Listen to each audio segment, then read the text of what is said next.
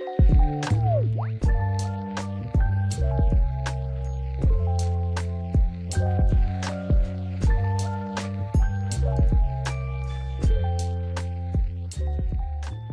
right, so good afternoon. My name's Earl, once a third. And I'm here today with Sadiq. yes, sir. So, and I'm new to all of this, so I don't know about the introductions and starting this thing off, but I just want to dig in. All right. So, in your opinion, I have a two-part question for you. One, what was it like for you to be released from prison? And two, what were your expectations from your community members? My release from prison after doing a 25-year sentence in the Bureau of Prisons was drastic.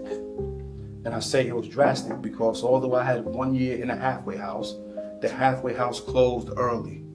And they told everybody, if you don't have enough money to move into your own place or have a place to go, then you have to go back to the county jail until your original release date from the halfway house.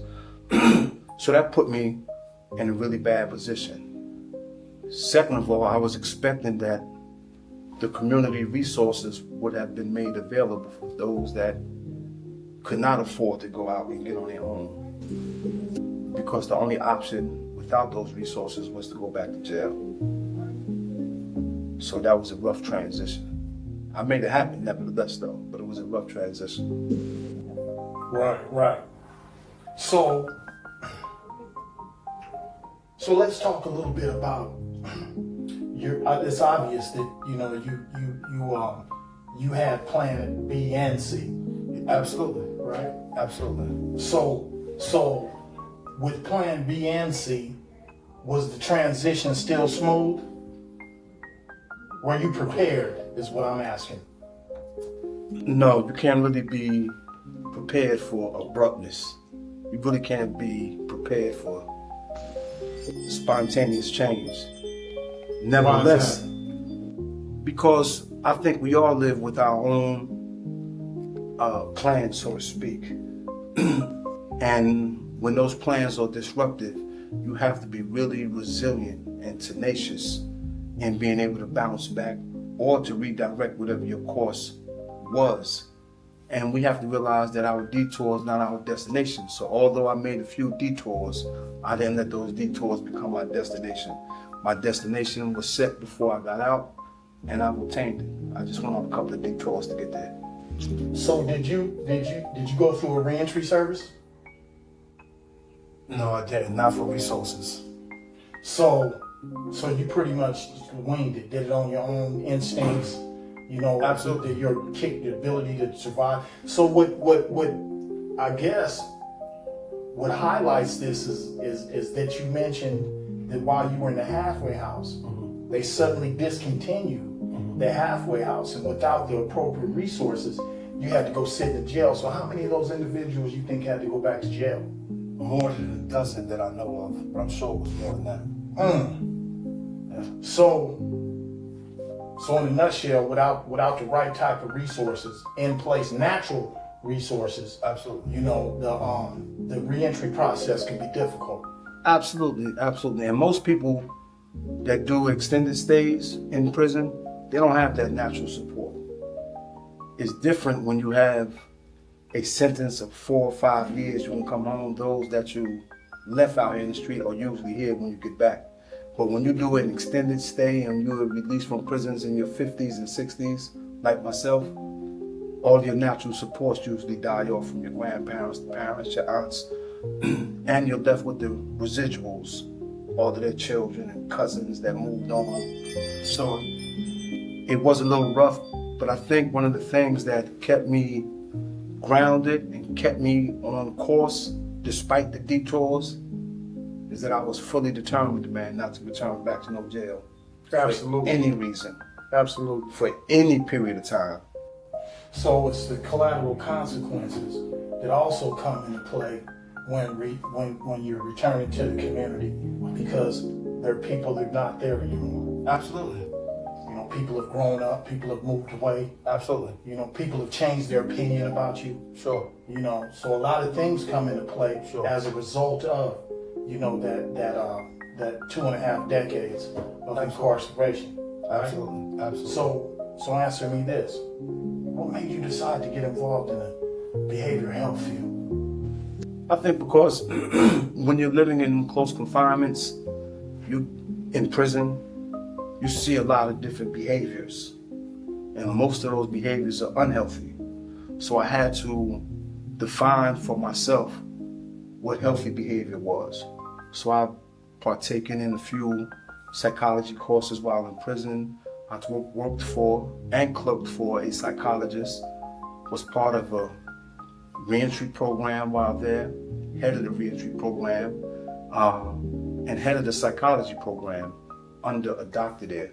And I got to know really what healthy behaviors are and begin to identify that some of my behaviors were unhealthy, and that if I wanted to live a life worth living on the outside, then I need to monitor my own behavior. And in so doing, I was able to help other people, able to identify some of their unhealthy thinking habits, some of their unhealthy actions. And as a result, I said, man, this is what I want to do for the rest of my life. I want to be able to help people, not necessarily pick at them because they have unhealthy habits or lifestyles, but in order to show them, man, how much more they can accomplish and how they can reach the heights of their potentials if they only knew what healthy behavior habits were, what healthy relationships were, what healthy beliefs were. So how do we, and by the way, I appreciate your participation, because persons like yourself are greatly needed in that space. Right, absolutely. So how do you get a person to buy in to receiving that type of assistance if they themselves believe they don't have a mental health diagnosis coming from where they came from? Many of us always claim that we don't have a mental health diagnosis. That's taboo, unfortunately, in our communities. However, when you give them the options that there's only two, and those two options are you can live a life that's hard, and I explained that success is hard and poverty is hard. We have to learn how to choose our hard. And if I can help you to make healthy life choices, healthy decisions, and there's going to be some obstacles, there's going to be some difficulties. If you can understand that, I think people realize that if it's going to be hard for me to be poor anyway, if it's going to be hard for me to live with a mental health diagnosis anyway, I'd rather challenge that head on if I can have somebody that'll walk me through it. So it's either man up or Man down. either man up or ask for assistance. Yeah. Right. I kind of believe that too, man, because the way I look at it is that, you know, we come from a different type of culture. You know, we've been trained and taught, beaten, you know, and coerced into believing that, you know, our level of communication is a certain kind of way. Sure. We talk to each other in a certain kind of way. Our expectations are a certain kind of way, and our overall belief systems are one way.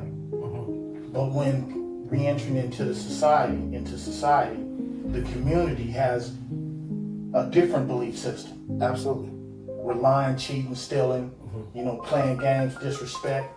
You know, all of these type of things are taken with, you know, with a measure of unimportance, right? You know, until it happens to you, right? So, how difficult or not difficult is it to maneuver that? So, once you have this conviction, there are collateral consequences that you spoke about. And those collateral consequences range from the type of housing you can receive, the type of jobs you can receive, the type of benefits you can receive, and just overall the type of opportunities that you are able to receive. I made up in my mind that I would not allow my past to be hidden, to be buried. I had to find a way that, how can I utilize my past my criminal history to be out in front of me. So when people meet me, when I speak on stages, when I do podcasts, when I do interviews, I put my criminal history out there first. And if they got a problem with that, then they have a problem with me. And we shouldn't be doing business. But I'm telling you that I had to learn how to package my experiences. And in packaging my experiences, I was able to compartmentalize it. And I can speak to my depression. I can speak to my loneliness. I can speak to my ignorance. I can speak to my addictions. I can speak to my past as a motivating force in helping and healing others. So I'm glad you brought that up too, because you're absolutely right. But even further though, right? You know, because I believe that even myself have brought tools with me. Sure. You know what I'm saying, from that life that I value. Sure. You know, there's just a certain degree of communication, you know, that you have with another human being, where there is a general expectation. Sure. And, you know, one is respect and, you know, all the other things that go along with what we might consider healthy communicating. Sure. I know that, you know, the adjustments that I've had to make, you know, over the last 9 years is being able to accept criticism, you know, being able to understand, you know, that a person's behavior may be contributed or attributed to their their mental health, or B, you know, their social deficits. You know, so working in this space has been pretty much, I would say, easy in that regard. The difficulty for me is sometimes the outcomes. Absolutely. How do you feel about that? Yeah, the outcome is everything. Results is everything. Results is everything. And I think that once you create your plan, that you can never lose sight of what the result is to be for you. And each decision should be based on how to enhance your quality of living, especially coming from a quality of life that we just came from. If I can say I had a quality of life, and I know out here I can make choices that can only enhance my quality of life. If I make unhealthy choices, then it'll diminish that quality. So for me, it's all about making those healthy choices. So I got one last question for you. Do you believe that a behavioral health agency can be ran and operated by your peers? I'm a firm believer, if you will, in that a good behavioral health company can only be ran by people that have a lived experience. I find it difficult for someone to come to somebody's behavioral health company to lay on a couch and be counseled by someone that has never slept under the bridge, that has never slept on a car. For a person that don't even have a couch is now laying on a couch, and you're telling him how to get better, what he's going through. I just don't think that that's a proper way to reach nobody. So when you have people like you and I, or those that have that lived experience, that actually been there and done that, they want to know, man, how do you tap into your resiliency?